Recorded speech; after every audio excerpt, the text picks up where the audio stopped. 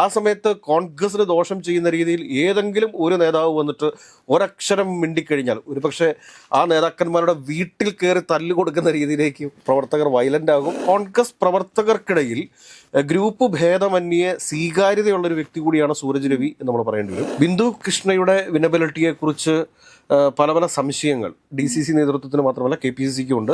CP ജോണിനെ സംബന്ധിച്ച് CP ജോണിന് സംസ്ഥാനത്തെ 140 നിയോജക മണ്ഡലങ്ങളിൽ ഏത് മണ്ഡലത്തിൽ പോയി എന്ന് മത്സരിച്ചാലും സ്വീകാര്യത കിട്ടുന്ന ഒരു നേതാവാണ് CP ജോൺ എന്ന് പറയുന്നത്. കൊല്ലത്ത് ഇപ്പോൾ ഈ പറഞ്ഞ CP ജോണാണ് മത്സരിക്കുന്നതെങ്കിൽ അവിടെ സാധ്യതകൾ കൂടുതലാണ് എന്ന് നമ്മൾ പറയേണ്ടി വരും. ചിന്താ ജെറോമിനോട് ആളുകൾക്ക് പതുക്കെ ഒരു ഓമനത്വവും ഒരു സ്നേഹവും ഒക്കെ തോന്നി തുടങ്ങിയിട്ടുണ്ട് എന്നുള്ളതാണ് യാഥാർത്ഥ്യം. ചിന്താ ജെറോമിനെ പോലുള്ള ആളുകൾ ഉറപ്പായിട്ടും നിയമസഭയിൽ എത്തേണ്ടത് ആവശ്യമുണ്ട്. ഒരു ജനറേഷൻ ചേഞ്ച് എന്ന് പറയുമ്പോൾ അതിൻ്റെ ഭാഗമായിട്ട് മാറേണ്ട ആൾ തന്നെയാണ് ചിന്താ ജെറോം എന്നുള്ള ഒരു അഭിപ്രായക്കാരനാണ് ഞാൻ. അപ്പം അങ്ങനെ വരുമ്പോഴത്തേക്ക് ഡോക്ടർ PK ഗോപൻ ഒരുപക്ഷെ കൊല്ലത്ത് സ്ഥാനാർത്ഥിയാവാനായിട്ടുള്ള സാധ്യതകളുണ്ട്. കൊല്ലം ജില്ലയിൽ ഒട്ടാകെ BJP ഉണ്ടാക്കിയെടുത്തിട്ടുള്ള ഒരു നേട്ടം, ആ നേട്ടത്തെ നമുക്ക് നിസ്സാരവൽക്കരിക്കാൻ വേണ്ടിയിട്ട് സാധിക്കത്തില്ല. നമസ്കാരം. വരുന്ന തെരഞ്ഞെടുപ്പിൽ കൊല്ലത്ത് UDF LDF സ്ഥാനാർത്ഥികൾ ആരാവാനാണ് സാധ്യത? രണ്ട് മുന്നണികളും പ്രഖ്യാപിക്കേണ്ട ഒരു കാര്യമാണ്. പക്ഷേ നമുക്ക് സാധ്യതകളെ കുറിച്ച് പറയാൻ വേണ്ടിയിട്ട് സാധിക്കും. കാരണം കൊല്ലം നിയോജക മണ്ഡലത്തിൽ മുകേഷാണ് നിലവിലത്തെ MLA. മുകേഷിനോട് കഴിഞ്ഞ പ്രാവശ്യം മത്സരിച്ച് പരാജയപ്പെട്ടത് ബിന്ദു കൃഷ്ണയാണ്. ബിന്ദു കൃഷ്ണ ഇതിനു മുമ്പും പല തെരഞ്ഞെടുപ്പുകളിലും മത്സരിച്ചിട്ടുണ്ട്. അതായത് പാൽ സൊസൈറ്റി മുതൽ ലോക്സഭയിലേക്ക് വരെ മത്സരിച്ചിട്ടുള്ള ഒരു സ്ഥാനാർത്ഥിയാണ് ബിന്ദു കൃഷ്ണ എന്ന് പറയുന്നത്. ബിന്ദു കൃഷ്ണയുടെ വിനബിലിറ്റിയെക്കുറിച്ച് പല സംശയങ്ങൾ DCC നേതൃത്വത്തിന് മാത്രമല്ല KPCCക്കും ഉണ്ട്. അതോടൊപ്പം തന്നെ KPCCയും AICCയും ഒക്കെ സംയുക്തമായിട്ട് നിയമിച്ചിരുന്ന ഈ പറഞ്ഞ സുനിൽ കനകൊലുവിൻ്റെ ടീമിനും അതുകൂടാതെ മറ്റ് കോൺഗ്രസ് നേതാക്കന്മാർ, അതായത് മുഖ്യമന്ത്രി ആവാൻ വേണ്ടിയിട്ട് താല്പര്യപ്പെട്ട് നിൽക്കുന്ന മറ്റു കോൺഗ്രസ് നേതാക്കന്മാർ നടത്തിയിട്ടുള്ള ഒരു സർവേയുടെ അടിസ്ഥാനത്തിലും വിനബിലിറ്റി ഏറ്റവും കുറഞ്ഞ ഒരു സ്ഥാനാർത്ഥി തന്നെയാണ് ബിന്ദു കൃഷ്ണ എന്നുള്ള പേരിലാണ് റിപ്പോർട്ടുകൾ പോയിരിക്കുന്നത്. പ്രധാനമായിട്ടും ഇപ്പോൾ UDFൻ്റെ സ്ഥാനാർത്ഥിയായിട്ട് കൊല്ലം നിയോജക മണ്ഡലത്തിൽ പരിഗണിച്ചുകൊണ്ടിരിക്കുന്നത് സൂരജ് രവിയുടെ പേരാണ്. സൂരജ് രവി ഇതിനു മുമ്പും മത്സരിച്ചിട്ടുണ്ട്, പക്ഷേ പരാജയപ്പെട്ടു പോയിരുന്നു. വളരെ നിസ്സാര വോട്ടുകൾക്കാണ് അദ്ദേഹം പരാജയപ്പെട്ടു പോയിട്ടുള്ളത്. നല്ലൊരു ചെറുപ്പക്കാരനാണ്. ഇപ്പോൾ KPCCയുടെ സെക്രട്ടറിയാണ്. വളരെ സജീവമായിട്ട് തന്നെ രാഷ്ട്രീയത്തിൽ നിൽക്കുന്ന ഒരാളാണ്. ബിന്ദു കൃഷ്ണയെ പോലെ തന്നെ ചാനൽ ചർച്ചകളിലുമൊക്കെ ഇടയ്ക്ക് പ്രത്യക്ഷപ്പെടാറുള്ള ഒരു നല്ല നേതാവാണ്. ജനങ്ങൾക്കിടയിൽ അത്യാവശ്യം കുഴപ്പമില്ലാത്ത രീതിയിൽ സ്വീകാര്യതയുള്ള കൊല്ലംകാരനായിട്ടുള്ള ഒരു വ്യക്തി തന്നെയാണ് സൂരജ് രവി എന്നുള്ളത് എല്ലാ കോൺഗ്രസ്സുകാർക്കും അറിയാവുന്ന കാര്യമാണ്. കാരണം കോൺഗ്രസ് പ്രവർത്തകർക്കിടയിൽ ഗ്രൂപ്പ് ഭേദമന്യേ സ്വീകാര്യതയുള്ളൊരു വ്യക്തി കൂടിയാണ് സൂരജ് രവി എന്ന് നമ്മൾ പറയേണ്ടി വരും. അപ്പോൾ സൂരജ് രവിയുടെ പേരിനാണ് പ്രഥമ പരിഗണന. അപ്പോഴവിടെ ഒരു പ്രശ്നം വരുന്നത് എന്താണെന്ന് വെച്ച് കഴിഞ്ഞാൽ, ഏതെങ്കിലും കാരണവശാൽ സൂരജ് രവി കൊല്ലത്ത് സ്ഥാനാർത്ഥിയാവുന്ന ഒരു സാഹചര്യം വന്നു കഴിഞ്ഞാൽ ബിന്ദു കൃഷ്ണ എടുക്കാൻ പോകുന്ന നിലപാട്, ആ നിലപാട് എന്തായിരിക്കും എന്നുള്ളതിൽ കോൺഗ്രസ് നേതൃത്വത്തിനെ സംബന്ധിച്ചിട്ട് ആശങ്കയുണ്ട്. കാരണം കഴിഞ്ഞ തെരഞ്ഞെടുപ്പിൽ തന്നെ കൊല്ലത്ത് സീറ്റ് ലഭിക്കാതെ വന്നപ്പോൾ കൊല്ലത്തല്ല നിങ്ങൾ മത്സരിക്കേണ്ടത്, നിങ്ങൾ കുണ്ടറയിൽ മത്സരിക്കൂ എന്ന് ബിന്ദു കൃഷ്ണയോട് പറഞ്ഞിരുന്നതാണ്. അന്ന് PC വിശ്വനാഥിന് വേണ്ടിയിട്ടാണ് കൊല്ലം തീരുമാനിച്ചിരുന്നത്. പക്ഷേ ബിന്ദു കൃഷ്ണയുടെ നിർബന്ധത്തിന് വഴങ്ങി PC വിശ്വനാഥ് കുണ്ടറയിൽ പോയി മത്സരിക്കുകയും കുണ്ടറയിൽ നിന്ന് PC വിശ്വനാഥ് വിജയിക്കുകയും എന്നാൽ കൊല്ലത്ത് വിജയം ഉറപ്പാക്കി മത്സരിച്ച ബിന്ദു കൃഷ്ണ പരാജയപ്പെടുന്നതുമാണ് നമ്മൾ കണ്ടത്. അപ്പോൾ ബിന്ദു കൃഷ്ണയെ സംബന്ധിച്ചിട്ട് ഇനി ഒരു പാർലമെൻ്ററി ഫൈറ്റിനുള്ള ഒരു സാധ്യത വളരെ കുറവാണ് എന്ന് തന്നെ പറയേണ്ടി വരും. കാരണം ബിന്ദു കൃഷ്ണയെ സംബന്ധിച്ച് ബിന്ദു കൃഷ്ണയ്ക്ക് ഈ തെരഞ്ഞെടുപ്പിൽ എങ്ങനെയും വിജയിച്ച് ഉറപ്പായിട്ടും വലിയൊരു UDF തരംഗം ആഞ്ഞടിക്കുന്നുണ്ട് എന്നൊക്കെ പറഞ്ഞാലും അതിനുള്ള സാധ്യതകളില്ല. ബിന്ദു കൃഷ്ണയാണ് അവിടെ മത്സരിക്കുന്നതെങ്കിൽ അവിടെ പരാജയപ്പെടാനായിട്ടുള്ള സാധ്യതകൾ വളരെ കൂടുതലാണ് എന്ന് വേണം നമ്മൾ കരുതാനായിട്ട്. അങ്ങനെ വരുന്ന ഒരു സാഹചര്യത്തിൽ സൂരജ് രവിയും മത്സരിക്കുന്ന സാഹചര്യം ഉണ്ടായാലും ബിന്ദു കൃഷ്ണ ഒരുപക്ഷെ പാലം വലിക്കാനായിട്ടുള്ള സാധ്യതകളുണ്ട്. കാരണം ഇവരെല്ലാവരും ഈ ഗ്രൂപ്പ് രാഷ്ട്രീയത്തിൻ്റെ ആളുകളാണെന്നുള്ള കാര്യം അറിയാലോ. പ്രത്യേകിച്ച് ബിന്ദു കൃഷ്ണയ്ക്ക് എന്ന് പറഞ്ഞാൽ KC വേണുഗോപാലും ഒക്കെ ആയിട്ട് വളരെ അടുത്ത ബന്ധം പുലർത്തുന്ന നേതാവാണ്. കാരണം KC വേണുഗോപാൽ ബിന്ദു കൃഷ്ണ തന്നെ കൊല്ലത്ത് എന്ന് പറഞ്ഞാൽ അത് അങ്ങനെ തന്നെ ആവത്തുള്ളൂ. അപ്പോൾ അങ്ങനെ വരുന്ന ഒരു സമയത്ത് ഒരു ഒത്തുതീർപ്പ് സ്ഥാനാർത്ഥി എന്ന പോലെ CP ജോണിനെ സംബന്ധിച്ച് CP ജോണിന് സംസ്ഥാനത്തെ 140 നിയോജക മണ്ഡലങ്ങളിൽ ഏത് മണ്ഡലത്തിൽ പോയി എന്ന് മത്സരിച്ചാലും സ്വീകാര്യത കിട്ടുന്ന ഒരു നേതാവാണ് CP ജോൺ എന്ന് പറയുന്നത്. അപ്പോൾ ഈ CP ജോണിനെ ഒരുപക്ഷെ കൊല്ലത്തേക്ക് പരിഗണിക്കാനായിട്ടുള്ള സാധ്യതകൾ കൂടുതലാണ്. അതായത് തിരുവനന്തപുരം സെൻട്രൽ മണ്ഡലത്തിലേക്ക് ഈ CP ജോണിനെ പരിഗണിച്ചിരുന്നു. പക്ഷേ അവിടെയുള്ള തിരുവനന്തപുരത്തെ നേതാക്കന്മാർ VS ശിവകുമാർ ആയിക്കോട്ടെ, ശരത്ചന്ദ്ര പ്രസാദ് ആയിക്കൊള്ളട്ടെ, ഇവരൊക്കെ ശക്തമായ എതിർപ്പാണ് CP ജോണിനെതിരെ ഉയർത്തുന്നത് എന്ന് വേണം നമ്മൾ കാണാനായിട്ട്. ഈ CP ജോണിൻ്റെ വേറൊരു പ്രശ്നം തിരുവനന്തപുരത്തുള്ളതെന്ന് വെച്ച് കഴിഞ്ഞാൽ MV രാഘവൻ സഹകരണ വകുപ്പ് മന്ത്രി ആയിരിക്കുന്ന സമയത്ത് ചില RSSകാർക്ക് BJPക്കാർക്കൊക്കെ അനുവദിച്ചു കൊടുത്തിട്ടുള്ള ചില സൊസൈറ്റികളുണ്ട്.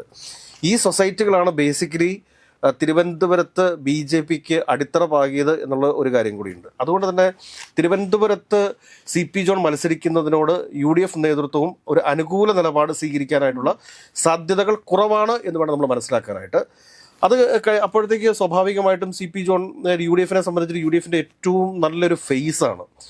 കാരണം പ്രതിപക്ഷ നേതാവിനോടൊപ്പം തന്നെ കേരള രാഷ്ട്രീയത്തിലെ പ്രതിപക്ഷ മുഖമായി നിന്നുകൊണ്ട് പോരാടിയിട്ടുള്ള മികച്ചൊരു സാമ്പത്തിക വിദഗ്ധൻ കൂടിയാണ്.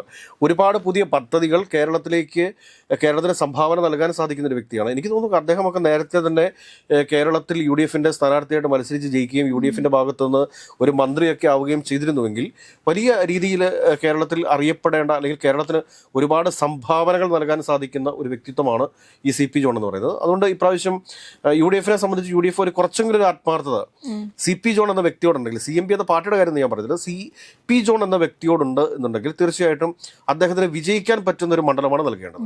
അങ്ങനെ വിജയിക്കാൻ പറ്റുന്ന ഒരു മണ്ഡലം നൽകണം എന്നുണ്ടെങ്കിൽ കൊല്ലത്ത് ഇപ്പോൾ ഈ പറഞ്ഞ CP ജോണാണ് മത്സരിക്കുന്നതെങ്കിൽ അവിടെ സാധ്യതകൾ കൂടുതലാണ് എന്ന് നമ്മൾ പറയേണ്ടി വരും. കാരണം പൊതുവായിട്ട് ഒരു ഭരണവിരുദ്ധ വികാരം ഉണ്ട് എന്നുണ്ടെങ്കിൽ ആ ഭരണവിരുദ്ധ വികാരവും അതോടൊപ്പം തന്നെ UDF പ്രവർത്തകരുടെ ഏകോപിച്ചുള്ള പ്രവർത്തനവും, കാരണം അവിടെ RSPക്ക് വോട്ടുണ്ട്, കുഴപ്പമില്ലാത്ത രീതിയിൽ RSPക്ക് അവിടെ വോട്ടുകളുണ്ട്. അതോടൊപ്പം തന്നെ തികഞ്ഞ മതേതരവാദിയായിട്ടുള്ള CP ജോണിനെ സംബന്ധിച്ചിട്ട് CP ജോണിന് മൈനോറിറ്റികളുടെയും വോട്ട് ലഭിക്കും എന്ന കാര്യത്തിൽ സംശയമൊന്നും വേണ്ട. അങ്ങനെ വരുമ്പോഴത്തേക്ക് ഏറ്റവും വിജയസാധ്യതയുള്ള ഒരു സ്ഥാനാർത്ഥി എന്ന് UDFന് അഭിമാനത്തോടുകൂടി മുമ്പോട്ട് വെക്കാൻ സാധിക്കുന്ന ഒരു വ്യക്തിയാണ് CP ജോൺ. CP ജോൺ മത്സരിച്ചു കഴിഞ്ഞാൽ കൊല്ലത്ത് വിജയസാധ്യത കൂടുതലാണ്. മറ്റെല്ലാവരെക്കാളും ഈ പറയുന്ന ബിന്ദു കൃഷ്ണയെക്കാളും സൂരജ് രവിയേക്കാളും ഒക്കെ ഒരുപാട് വിജയസാധ്യത കൂടുതലുള്ള ഒരു നേതാവ് തന്നെയാണ് CP ജോൺ എന്ന കാര്യത്തിൽ ഒരു സംശയവും വേണ്ട. എനിക്ക് തോന്നുന്നു അവസാന റൗണ്ടുകളിൽ CP ജോൺ തന്നെയാണ് കൊല്ലത്ത് പ്ലേസ് ചെയ്യപ്പെടാൻ വേണ്ടിയിട്ട് സാധ്യതയുള്ളത്. അപ്പോൾ ഈ CP ജോൺ വരുന്ന സമയത്തും ബിന്ദു കൃഷ്ണ ഏതെങ്കിലും തരത്തിലൊക്കെയുള്ള നാടകങ്ങൾ കാട്ടിക്കൂട്ടിക്കഴിഞ്ഞാൽ, ഇതിനു മുമ്പും ബിന്ദു കൃഷ്ണ ഒരുപാട് രാഷ്ട്രീയ നാടകങ്ങളിലെ മികച്ച അഭിനേത്രിയാണ്. അപ്പോൾ അങ്ങനെ വരുമ്പോഴത്തേക്ക് ബിന്ദു കൃഷ്ണ എന്തെല്ലാം നാടകങ്ങൾ കാട്ടിക്കൂട്ടിയാലും കോൺഗ്രസ് പ്രവർത്തകരെ സംബന്ധിച്ചിട്ട് UDF പ്രവർത്തകരെ സംബന്ധിച്ചിട്ട് അവരത് ഗവനിക്കത്തില്ല. അതിന് കാരണം എന്താണ് എന്ന് ചോദിച്ചു കഴിഞ്ഞാൽ UDFിനെതിരായിട്ട് വരാൻ പോകുന്ന തെരഞ്ഞെടുപ്പിൽ ഏതെങ്കിലും ഒരു നേതാവ് സംസാരിച്ചാൽ ആ നേതാവിന് എതിരായിട്ട് മാറും പാർട്ടി പ്രവർത്തകർ എന്നുള്ളതാണ് സത്യം. കാരണം പ്രവർത്തകരെ സംബന്ധിച്ചിട്ട് ഏതു വിധേനയും 2026 നിയമസഭാ തെരഞ്ഞെടുപ്പിൽ ഭരണം പിടിച്ചേ പറ്റൂ.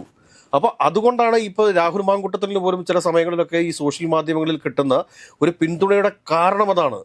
കാരണം അവരെ സംബന്ധിച്ചിട്ട്, ആ പ്രവർത്തകരെ സംബന്ധിച്ചിട്ട് അവർക്ക് എങ്ങനെയും ഈ ഒരു 2026 തെരഞ്ഞെടുപ്പിൽ ഒരു മേൽക്കൈ നേടണം എന്നാണ് അവരുടെ ഒരു ആഗ്രഹം. അതിനു വേണ്ടിയിട്ടുള്ളൊരു പോരാട്ടമാണ്.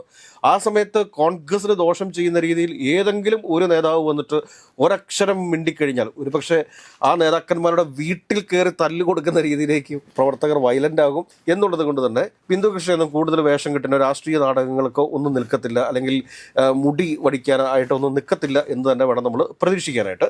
അത് കഴിഞ്ഞിട്ട് നമ്മൾ LDFിലേക്ക് വരുന്ന സമയത്ത് LDFിൻ്റെ സ്ഥാനാർത്ഥികൾ ആരായിരിക്കും എന്നുള്ള ചോദ്യമുണ്ട്. ചിന്താ ജെറോമിന്റെ പേരാണ് പ്രധാനമായിട്ടും എടുത്ത് കേൾക്കുന്നത്. പക്ഷെ ചിന്താ ജെറോമിനെ സംബന്ധിച്ചിട്ട് അവർ നല്ലൊരു DYFയുടെ സജീവ പ്രവർത്തകയാണ്. പലപ്പോഴും ഈ ചിന്താ ജെറോമിന്റെ പ്രസംഗങ്ങൾ രസകരമാണ്. അതോടൊപ്പം തന്നെ അതിൻ്റെ അകത്തുനിന്ന് ഒരുപാട് ട്രോളുകളും സൃഷ്ടിക്കപ്പെടുന്നുണ്ട്. ഒരുപക്ഷെ ചിന്താ ജെറോം സ്കൂൾ കാലഘട്ടത്തിലൊക്കെ സ്കൂളുകളിലൊക്കെ പ്രസംഗ മത്സരത്തിനും കഥാപ്രസംഗ മത്സരത്തിനും ഒക്കെ പങ്കെടുത്ത് വന്നിട്ടുള്ള ഒരാളാണ്. ചിന്താ ജെറോം തന്നെ ഏതോ ഒരു ഇൻ്റർവ്യൂവിൽ പറയുന്നുണ്ട് അവർ കഥാപ്രസംഗ മത്സരത്തിനൊക്കെ മത്സരിച്ചിരുന്നു. അപ്പോൾ ആ ഒരു ശൈലി അവലംബിക്കുമ്പോൾ അത് പൊതുസമൂഹത്തിന് അക്സെപ്റ്റ് ചെയ്യാൻ വേണ്ടിയിട്ട് ബുദ്ധിമുട്ടുണ്ടാവും. കാരണം ജിമിക്കി കമ്മൽ തുടങ്ങി ഇങ്ങോട്ട് നമ്മൾ എടുത്ത് പരിശോധിക്കുന്ന സമയത്ത് സെൽഫിയുടെ രാഷ്ട്രീയത്തെക്കുറിച്ച് അവർ പറഞ്ഞിട്ടുള്ളത്, ഇങ്ങനെയുള്ള പല കാര്യങ്ങളും ട്രോളാകുന്ന സമയത്തും ഈ ട്രോളിൽ കൂടി ഇങ്ങനെ ഇതാവുന്ന ആളുകൾക്ക് ചെറിയൊരു സ്നേഹം തോന്നി തുടങ്ങും. ഇപ്പോൾ AR റഹീമിനോട് എല്ലാവരും വിളിക്കുന്നത് ലുട്ടാപ്പി റഹീം എന്നാണ് വിളിക്കുന്നത്. പക്ഷേ ഇതിപ്പോൾ ഇങ്ങനെ കണ്ട് ഈ ലുട്ടാപ്പിയുടെ തലയിൽ AR റഹീമിൻ്റെ ഫോട്ടോ ഇങ്ങനെ ഒട്ടിച്ച് ഈ ലുട്ടാപ്പിയോട് എല്ലാവർക്കും ഒരു സ്നേഹമുണ്ട് അല്ലേ. നമ്മൾക്ക് കുഞ്ഞിനെ തുടങ്ങി കാണുന്നൊരു കഥാപാത്രമാണ് ലുട്ടാപ്പി എന്ന് പറയുന്നത്. അപ്പോൾ ആ ഒരു ഇങ്ങനെ ട്രോളി ഇപ്പോൾ ലാംഗ്വേജിൻ്റെ കാര്യത്തിൽ കർണാടക ഇഷ്യൂവിൽ അവിടെ വീടുകളൊക്കെ ഇടിച്ചു തകർത്ത സമയത്ത് അവിടെ AR റഹീം എത്തുന്നു. AR റഹീം അവിടെ എത്തിയതിനു ശേഷം നാഷണൽ മീഡിയയോട് സംസാരിക്കുന്ന സമയത്ത് അദ്ദേഹത്തിന് ഇംഗ്ലീഷ് കൃത്യമായിട്ട് കമ്മ്യൂണിക്കേറ്റ് ചെയ്യാൻ വേണ്ടി സാധിക്കുന്നില്ല. അപ്പോൾ അങ്ങനെ വരുമ്പോഴത്തേക്ക് അത് വലിയ ട്രോളായിട്ട് മാറിയിരുന്നു. പക്ഷേ ആ ട്രോളായിട്ട് മാറിക്കഴിഞ്ഞപ്പോഴത്തേക്കും AR റഹീം നടത്തിയൊരു പ്രസ്താവനയുണ്ട്.